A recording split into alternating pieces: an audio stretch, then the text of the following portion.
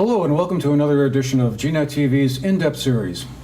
I'm Andrew McKeever, the news director here at GNAT-TV's News Project, and it's a pleasure to have you with us today. Today is Friday, August 17th, and it's also our pleasure to have with us in the studio today four ladies who are organizers and founders of Fed Up Vermont, a group that aims to push back against the spread of the opioid epidemic that has plagued Vermont and many other states around the country for quite a while now. This is no longer, I'm sure, an unfamiliar story to many of you, and while there may be some encouraging signs of a tide turning, it's clear there's a very long way yet to go before we're on the other side of this whole epidemic. Earlier this week, for instance, the New York Times had a story about how there's an estimated, the Centers for Disease Control in Atlanta estimates that there will be about 72,000 Americans who will die of overdoses that are opioid related. That would be about a 10% increase over the previous year in 2016, so it's clear that much remains to be done. Anyway, these ladies are here today to talk to us about that and a few other issues, and right now it's my pleasure to introduce you all to Joe Lamling, Wendy Galbraith, Jerry Gilmore, and Gretchen Lima. They are the founders and organizers of Fed Up, and they are going to be holding a rally on the Factory Point Town Green in Manchester on Friday, August 31st. Many of you will remember that just about a year ago, they held a similar rally at the same place, aiming to give some information and education about the opioid epidemic and what can be done. And it's great to have you all here today to talk about what we may be seeing and hearing about at the rally on the 31st, and a few other questions related to this very difficult subject. So just to get us started, Gretchen, let me start with you. Can you tell us a little bit about the rally and what will be going on? Sure, Andrew. This is one of 167 rallies that will be across the nation, and it's in conjunction with Overdose Awareness Day. So it's not only a national event, it's a worldwide event to bring awareness to people who are overdosing. Our rally is going to be from 4 to 8 p.m. It's going to be a little different this year. It's a little longer and more relaxed. We have a lot of speakers, musicians, booths, very, very important information. There'll be Narcan training and free Narcan available. We'll have some food vendors. The goal for this event is to really come together as a community, to break the silence and the stigma of addiction, and to come alongside and support one another. We'll also be having a candlelight visual and a memorial wall. So if you have lost a loved one, we encourage you to bring a picture or a sign, bring a picnic dinner and lawn chairs. We ask you to talk to your family members and invite your neighbors. They say, once again, 1 in 3 families are affected by addiction. So if you aren't going to be local, we ask you to go on and check out feduprally.org, and you can find another rally that's going to be closest to you. This is one of a lot of rallies. In addition, there'll also be a March on Washington and a rally that exact same day. So there's a lot happening, and we can't do it alone, and we choose to come together as a community. We feel like we're stronger together. I guess I was just wondering, back a year or so ago, what gave you the idea for the rally or to form your Fed Up group? Was there some event that happened, or was it just sort of a combination of a lot of different things going on that led you to come together and say, hey, we've got to push back against this? Fear and suffering. Seeing people in our community fall victim to the disease of addiction, and realizing that there really were no resources. So we came together and decided to do this rally, and life continued to happen, and some things got better and some things got worse, and it made us all the more committed to this cause. In general, do you think things are getting better, let's say statewide to start with, and then we could also maybe look at the local picture, or are we just treading water, or is it getting worse? And what's gotten better is the awareness, and I think that's the first step. Now the dark is into the light, and we can address it, but things have really not changed. They've gotten worse. Really? And after all the attentions have been paid to this issue, not only in the past year, but really since, I guess, 2013 is when then Governor Peter Shumlin made the opioid question centerpiece of his State of the State address, that really began to kind of highlight the whole question for a lot of folks, even though we were all kind of, I guess, aware of the fact that heroin was becoming a big problem around the state. Well, new drugs are coming out like fentanyl. They're lacing marijuana with fentanyl. There's a drug called K2, which is readily available. We've heard of all sorts of ways that people are coping with pain or mental illness and don't have other coping resources. So that's, I think, what we want to do is make people aware there are other ways to cope through meditation, music, art, and that the community is here to support you. And I think the problem hasn't gotten better because of the stigma. For me personally, I thought I was alone. And this battle was a 40-year battle for me with my sister. She had an opiate addiction. And when something is stigmatized, there's a shroud of shame. And people don't realize that other people are suffering from the same problem. It's opinions about what this problem is that leaves that shadow of stigma over so people can't expose the problem. And without exposure to the problem, we are not going to find solutions. We are dealing with symptoms, not with the problem.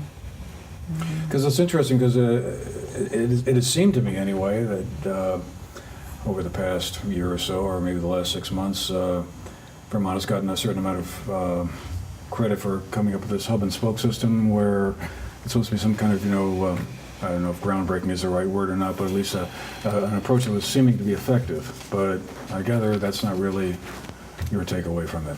Well, the hub and spoke is medical assisted treatment that is given to someone in recovery. It is an opioid, and so it's a continuation of an opioid, but they don't get high from it. And given for a limited amount of time so that the person can get their life together, it's a positive thing. But we're finding that it's given for an extended period of time. And Suboxone is addicting as well, and the withdrawal from that is worse than heroin. So it's not the only answer. We talk about the hub and the spoke, but what about the wheel that connects all those little spokes? That's where we come in. We believe that we need holistic, community-supported resources to fill in those gaps. When the person is in recovery, they need structured, sober living situations where they are learning new life skills, they learn financial skills, they get job training, they have opportunities to rebuild their lives, as opposed to what we have now is they go through rehab, they're given some medical assisted treatment, and they're out back on the street. And they relapse. This is a disease of relapse. And addiction it's a very individual disease. And you can't take the pharmaceutical companies that contributed to this disease by offering a blanket solution to pain, offering a blanket solution backed by the pharmaceutical companies to addiction. I think if we don't learn from that history, we're condemned to repeat it, and I feel that's what's happening. Well, what is your sense of how things are going, at least on the local level here in Benton County or southern Vermont? Are treatment options expanding a little bit, or are waiting times going down, or are people still having to travel out of state or far away to get the help that they need? Unfortunately, I see less resources now. Maplefield closed. Although they say we have more beds available, I don't have the statistics, but I don't see that happening. I still see people that go to the emergency room and have to say they're going to commit suicide in order to even be treated or seen. We have an abysmal lack of mental health and addiction treatment resources in this state. And waiting times are about the same, because I know I've heard that basically a key thing is when someone who's struggling with an addiction, opioid or whatever for that matter, a key is when they finally hit bottom or whatever, that you have to then, within a very short period of time, get them into some kind of treatment facility, because that window will close, and within a day or two or three, it's like, Right. oh, okay, I'm all right. I can go back out and use again or whatever. When they're in detox, if they say I want to get clean, they have to go through detox, and that's very sick, and there's no place to send them for that. So where are they going to go? They're going to do it on their couch at their mother's house, or where with their friends. So that's the critical. We need a place to take them. So that's a missing link. And they need to be able to get into a treatment center right away, not within a week. Not within. Right now, it's 2 to 3 weeks if you can get in, and by then it's too late. And I think there needs to be an understanding that when somebody is addicted to an opiate, it is a survival drive for them to obtain that relief. It's not a moral failing. It's not. There is a window of opportunity where when someone is detoxing, there's a moment of clarity where they think, yes, I can live without this. But when that opportunity is missed, we as a society should be ashamed of ourselves for not picking up on that opportunity. But when that is missed, the person falls back into what they feel is survival for them.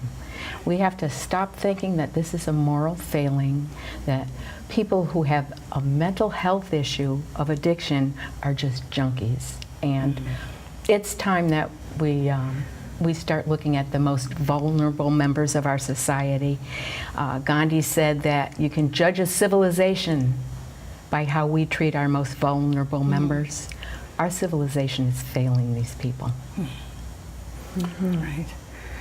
Based on your work in this area over the past year or so, have you come to any conclusions or thoughts about, how do people get addicted to this stuff in the first place? I mean, I'm sure most people don't grow up wanting to be a heroin addict, No one does. or addicted to some No. painkillers or whatever, or alcohol or whatever.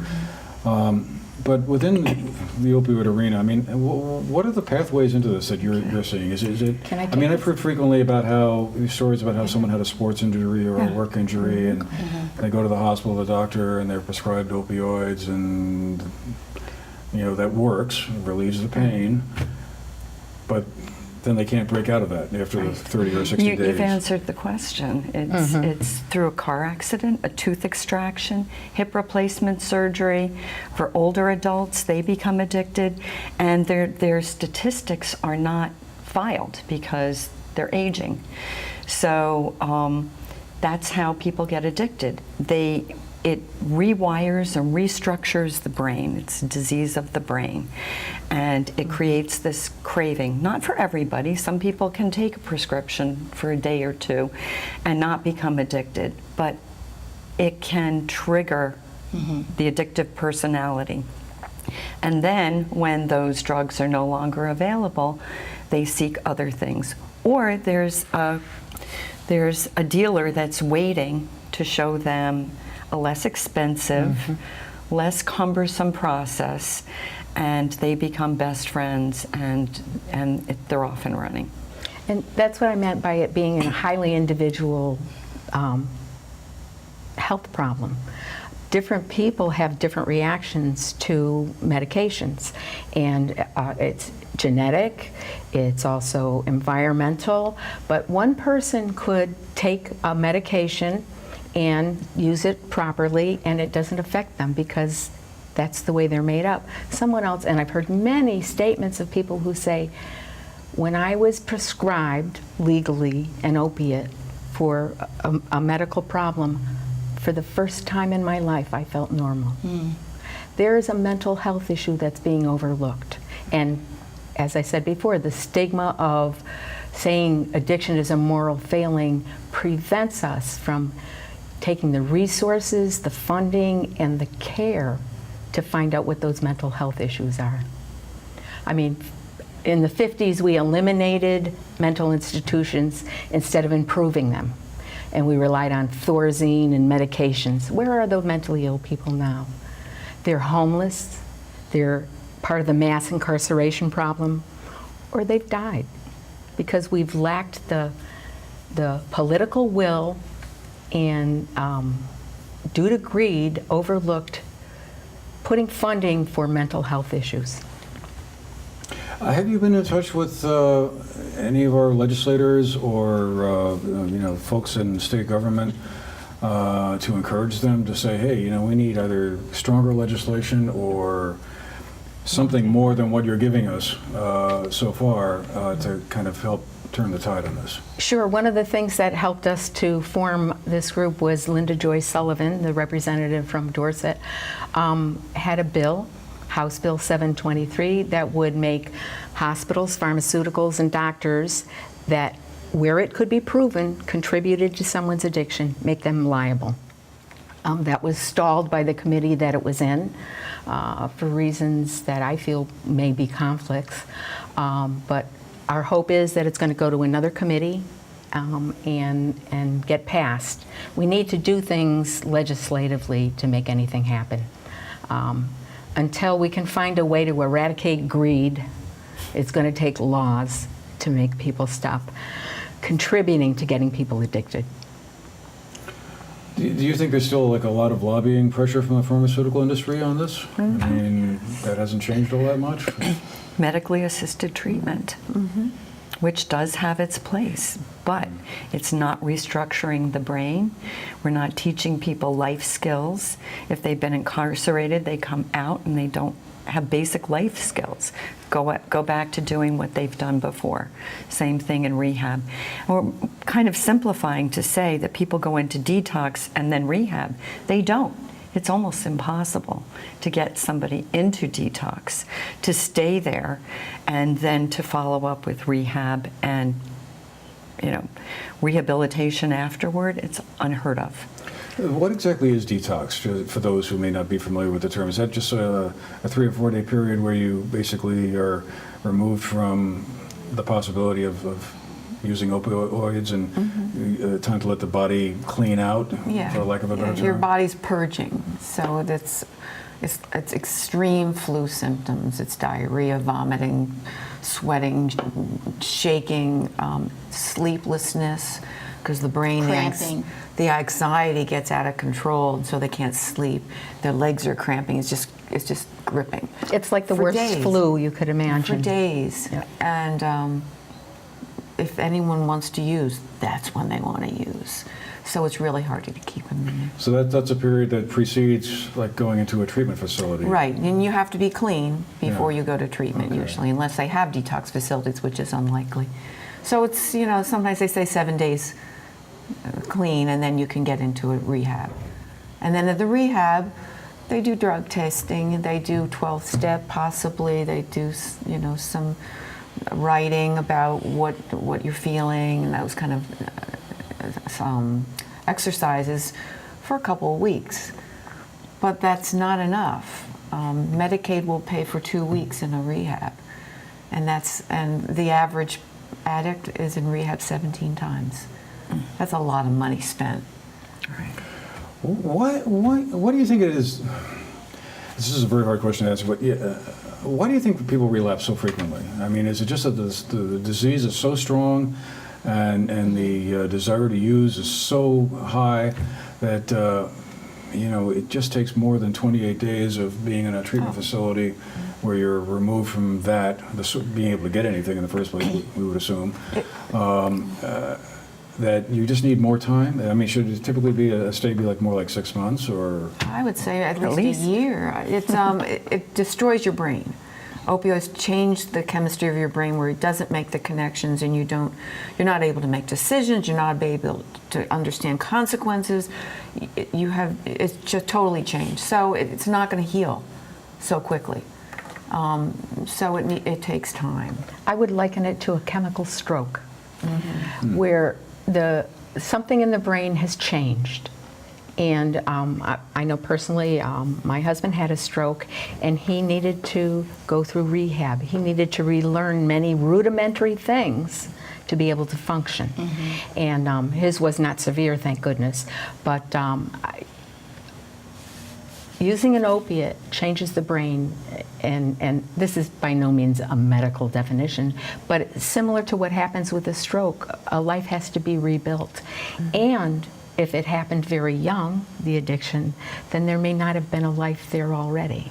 So as I said, this is a highly individual mental health problem, and it needs to be dealt with individually. And we lack the resources, we lack the professionals, and we lack the political will to get the funding to bring about these things that are needed. This is a huge, multifaceted, pervasive problem. And one of the things, too, that is unbelievable is we wonder why people leave their children for addiction, and that's how strong this is. You know, no person wakes up and wants to be an addict. You know, nobody willingly would do that, and that's how strong these drugs are. It lets parents let go of their children. And now so many of the grandparents are raising these grandkids who are once again in the cycle. So for us who aren't addicted, it's hard to understand, but the power of these drugs is unbelievable, and the addictiveness is so unbelievable. And that's why it's important for us to get more people, or prevent more people from becoming addicted. So it'd be easier to kind of keep people from becoming addicted in the first place rather than trying fixing the problem through treatment later on. Well, we need to work on the prevention from the young age, and by getting rid of the pills, by, you know, from that end of it. But we also have to consider relapse, preventing relapse. And to do that, we need long-term rehabilitation in a sober living facility, like a residential place where they can learn their new skills. I'm going to share the story of my son, who became addicted from prescription, and he was a good kid. He came from a good family. And he turned to heroin. And he had about 2 years of horrible addiction before he went to the first rehab here in Vermont for 2 weeks. The day he got out, he was using again. So it was totally not worthwhile. And we finally found him another place a month later, where he went out of state to a long-term sober living facility. He had 4 months under his belt. He thought he was good to go. I'm learning all the time. I didn't know the signs. He had a job. He was here at the rally last year, and he supported, and that was the last time I saw him. 2 weeks after the rally, he had a moment of weakness. He overdosed and he died. And that's why it is a disease of relapse. And there was a mental illness component that I didn't know about. So that has to be addressed, or you're just going to have people relapsing forever. And in the long term, it's cheaper, it's less expensive for a long-term facility than it is for these in and out of state rehabs, which cost 5 times as much. Well, that's where your rally comes in, I guess. Yeah. I guess we can put this one up on the screen later, but Friday, August 31st, starting at 4 p.m. at the Factory Point Green in Manchester.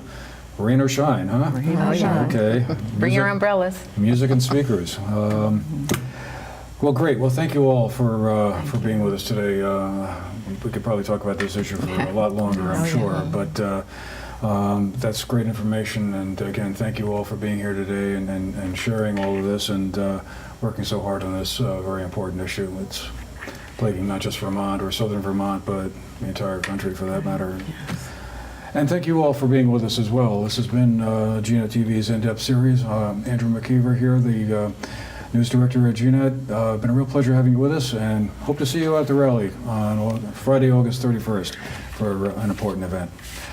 Thank you very much for watching, and have a great day.